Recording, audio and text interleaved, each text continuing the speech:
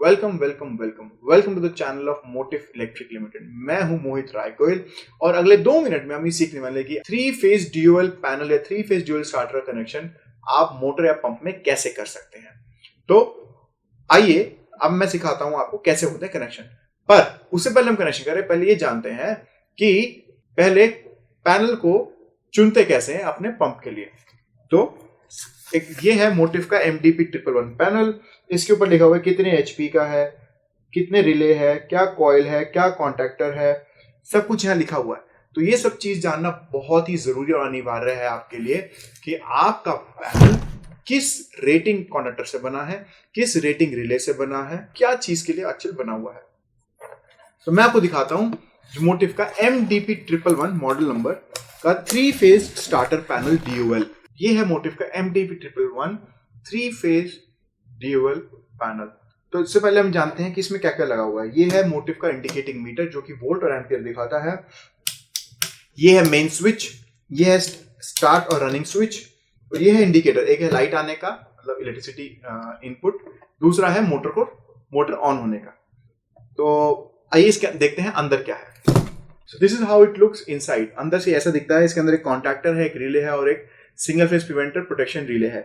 उससे पहले कि मैं आपको कनेक्शन करना सिखाऊं, आइए जानते हैं कि क्या ऐसी 3 चीजें जिसके बारे में आपको जानकारी होना बहुत ही जरूरी है। पहला, आपके पंप का HP या KVA पंप के HP से मैच होना चाहिए। अगर आपका पंप 10 HP है तो पैनल भी 10 HP का होना चाहिए। नंबर 2, आपकी मोटर का एम्पियरेज या पंप का एम्पियरेज आपके कॉन्टैक्टर और स्टार्टर पैनल के एम्पियरेज से मैच होना चाहिए जिससे कि प्रॉब्लम ना आए। नंबर 3, आपके एरिया की कॉइल वोल्टेज के हिसाब से आपकी कॉइल वोल्टेज जरूर उस हिसाब से होनी चाहिए कि सपोज आपके एरिया में अगर लो वोल्टेज है तो लो वोल्टेज कॉइल चाहिए, अगर आपके एरिया में नॉर्मल वोल्टेज है तो नॉर्मल वोल्टेज वाली कॉइल चाहिए।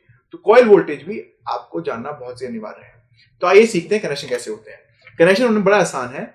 ऊपर दिए गए टर्मिनल ब्लॉक में आपको 3 इनपुट कनेक्शन करने, यानी कि जो ग्रिड से तार आएगी, इलेक्ट्रिसिटी कनेक्शन है वो यहां 3 होंगे, और मोटर के लिए आपको 3 कनेक्शन नीचे करने हैं RYB, यानी कि 3 तार ऊपर से आएगी और नीचे से निकल जाएगी। तो ये हो गया आपके बहुत इजी कनेक्शन। आइए अब पैनल को स्टार्ट करके देखते हैं। पर उससे पहले आपको ये जानिए, ये है सिंगल फेज प्रिवेंटर, ये कि जो आपकी मोटर को सुरक्षित रखता है। तो इसके अंदर 3 मोड दिए गए हैं, 1 2 3। First is auto, second is SPP, third is manual. तो आइए मैं आपको तीनों के फंक्शन एक बार समझाता हूं। इसके 5 फायदे हैं। पहला, unbalance voltage, reverse voltage, single phasing, auto start, auto stop.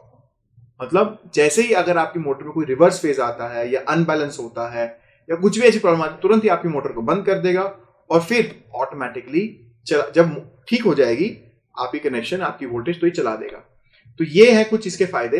तो आइए अब जानते हैं कि जब मोटर को पहली बार स्टार्ट करेंगे तो क्या करना है। तो सबसे पहले तो आपको ये मेन स्विच को ऑन करना है।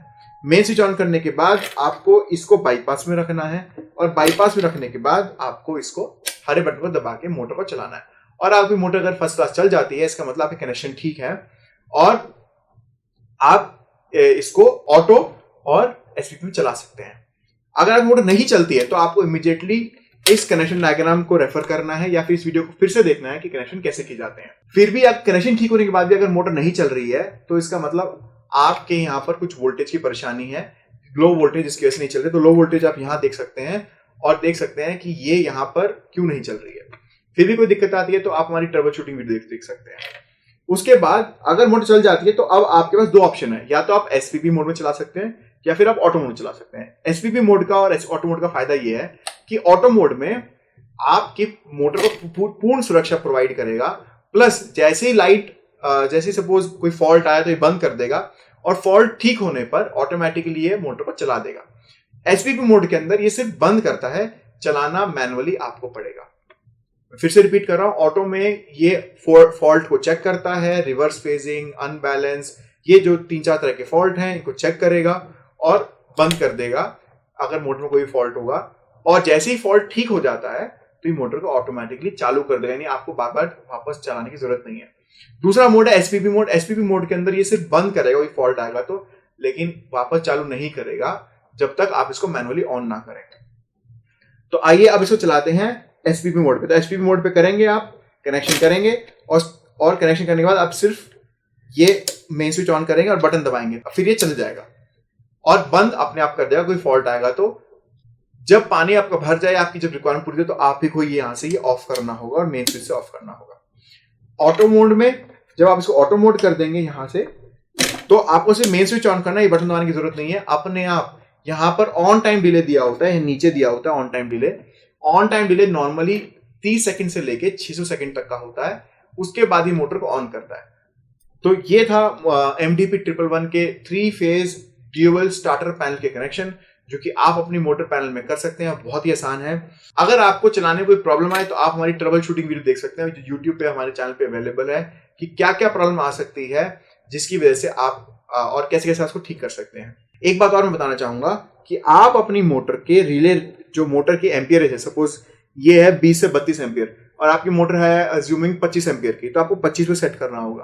तो आप चलाने से पहले अपना जरूर चेक कर लें कि रिले रेंज प्रॉपर सेट हुई नहीं हुई है। अगर फिर भी कोई प्रॉब्लम है तो हमारे ट्रबल शूटिंग में देख सकते हैं, अपनी मोटर पैनल को अच्छे तरीके से चला सकते हैं। तो ये थी 3 फेज स्टार्टर पैनल के कनेक्शन ड्यूअल स्टार्टर के। मैं उम्मीद करता हूं आपको ये वीडियो पसंद आई होगी। अगर आई है तो आप इस वीडियो को लाइक कीजिए और सब्सक्राइब कीजिए हमारे चैनल के लिए। और इस तरह की और जानकारी के लिए आप हमारे चैनल पे और वीडियोस भी देख सकते हैं, और हमारी वेबसाइट www.motivecap.com पे जा सकते हैं, जहां पर हमारे पास पैनल्स की, स्टार्टर्स की, ऑटो स्विच की अपार श्रृंखला है। वहां से आप technical data sheet, connection videos और बहुत सारी चीजें पा सकते हैं। अगर आपने हमारा पैनल लिया और हमारा पैनल वारंटी में है तो आप हमें नीचे दिए गए नंबर पे कॉल कर सकते हैं टोल फ्री पे, और अपनी टेलीफोन पे तकनीकी सहायता पा सकते हैं। Thank you.